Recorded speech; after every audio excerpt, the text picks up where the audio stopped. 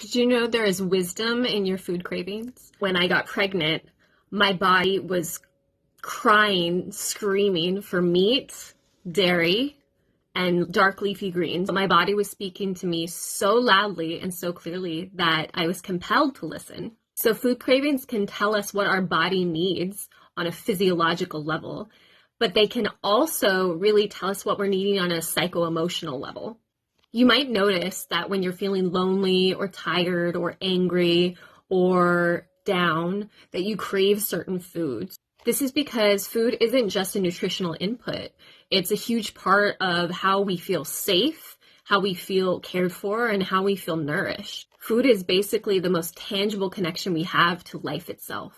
When we sit with these feelings that arise, along with our food cravings, we can learn a lot about ourselves, about our psycho-emotional state, and about our deeper needs, and then meet them in more constructive and healthy ways.